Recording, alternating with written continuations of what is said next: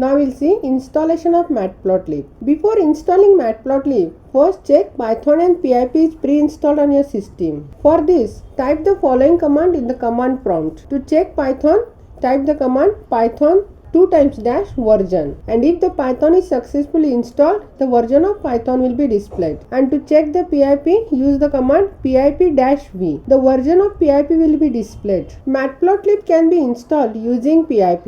You can install the Matplotlib in Jupyter Notebook or on command prompt. For this, use the command pip install matplotlib. This command will start downloading and installing packages related to the Matplotlib library. And once done, the message of successful installation will be displayed. To verify that the Matplotlib is successfully installed on your system, execute the following command on command prompt or Jupyter Notebook. And if the Matplotlib is successfully installed, the version of Matplotlib will be displayed. For this, use the command first import the Matplotlib and use matplotlib.version.